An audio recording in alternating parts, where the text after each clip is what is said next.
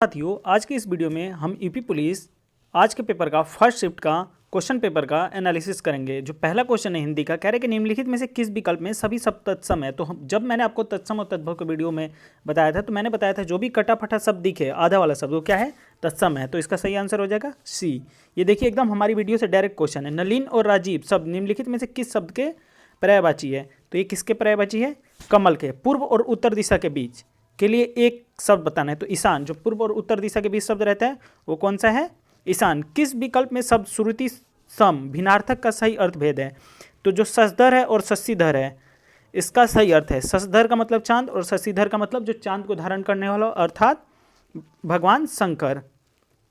Question number 19, निम्नलिखित विकल्प में से किस विकल्प में शुद्ध वाक्य है। तो वो ऑफिस में बैठा मेरी प्रतीक्षा कर रहा है, ये सिद्ध या शुद्ध वाक्य है। निम्नलिखित में से पुल्लिंग शब्द का चयन कीजिए। तो जो बिहार है वो क्या है, पुल्लिंग शब्द है।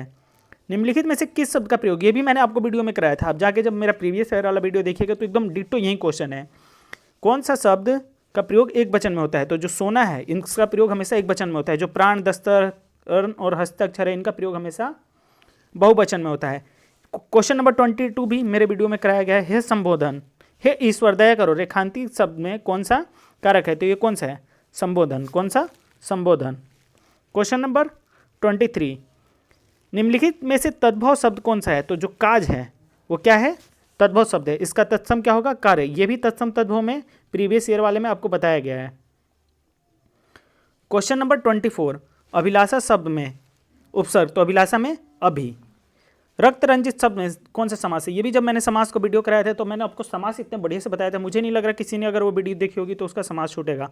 तो रक्त से रंजित और जहाँ भी क्या जाए कारक चिन्ह आ जाए कौन सा समास होगा, तत्पुरुष समास। क्यों, कब, कौन से सर्वनाम के उदाहरण है। तो यह पर्सन पूछ रहे तो पर्सनवाचक सर्वनाम। मदिरालय शब्द के संधि विच्छेद का चयन कीजिए। तो मदिरालय का संधि विच्छेद क्या हो जाएगा, मदिरा प्लस आलय। अवतरण चिन्ह, ये भी वीडियो में जब मैंने आपको चिन्ह की 1-2 मिनट की वीडियो बताई थी तो उसमें ये चिन्ह का सारा कराया गया था। मुझे लग रहा है जिसने वो वीडियो देखी होगी उसका चिन्ह नहीं गलती हुआ होगा। यानी कि डायरेक्ट हमारे वीडियो से ही डायरेक्ट कितने क्वेश्चन आ रहे हैं।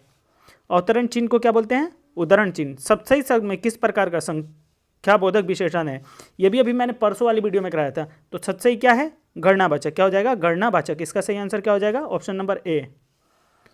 क्वेश्चन नंबर 30, राधा ने पायल से चिट्ठी लिखवाई।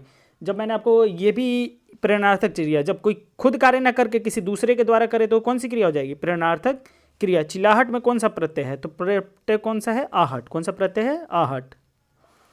क्वेश्चन नंबर 32, राम अभी सोएगा। इस वाक्य में कौन सा वाच्य है, तो कृतवाचक।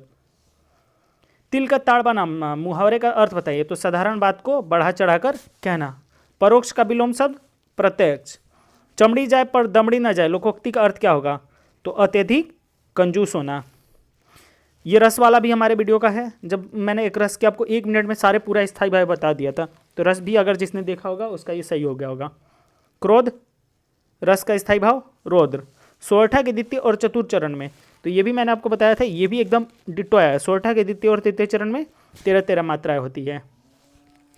निम्नलिखित में से किस अलंकार में समान धर्म का होना अनिवार्य है। तो उपमा में क्या होता है, समान धर्म का होना अनिवार्य है। निम्नलिखित में से भाग शब्द का अनेकार्थी शब्द किस विकल्प नहीं है।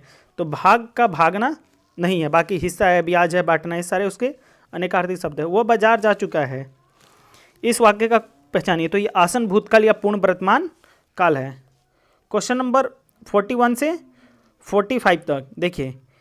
भारत भयंकर अंग्रेजी मोह की ये पैराग्राफ है, इसको आप पढ़ लीजिए। मैं आपका सीधा सीधा क्वेश्चन करा देता हूँ। भारतीय लेखकों की किस्मत खराब है क्योंकि, इसका जो आंसर हो जाएगा वो अपनी भाषा के साहित्य को पढ़कर अपने समाज का हालचाल नहीं जानते। उपयुक्त का शीर्षक, तो इसका शीर्षक हो जाएगा भारतीय शिक्षकों का अंग्रेजी मोह। क्वेश्चन नंबर 43, भारत का शिक्षित समाज कौन सा साहित्य पढ़कर संतुष्ट हो गया। तो कौन सा साहित्य पढ़कर, गद्यांश के अनुसार अंग्रेजी पढ़कर।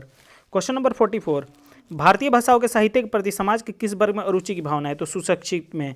भारतीय भाषाओं के लेखक अमेरिकी, यूरोपीय तथा चीन, बर्मा, जापान के लेखकों से हीन है क्योंकि उनके साहित्य को भारत के सुशिक्षित लोग नहीं पढ़ते। मीराबाई किसकी शिष्या थी। तो जो मीराबाई थी वो रविदास की या संत रैदास, उन्हीं का नाम है। निम्नलिखित में से कौन सी भाषा पश्चिमी हिंदी में संबंध रखती है। तो जो बांगरू भाषा है वो पश्चिमी हिंदी से संबंध रखती है।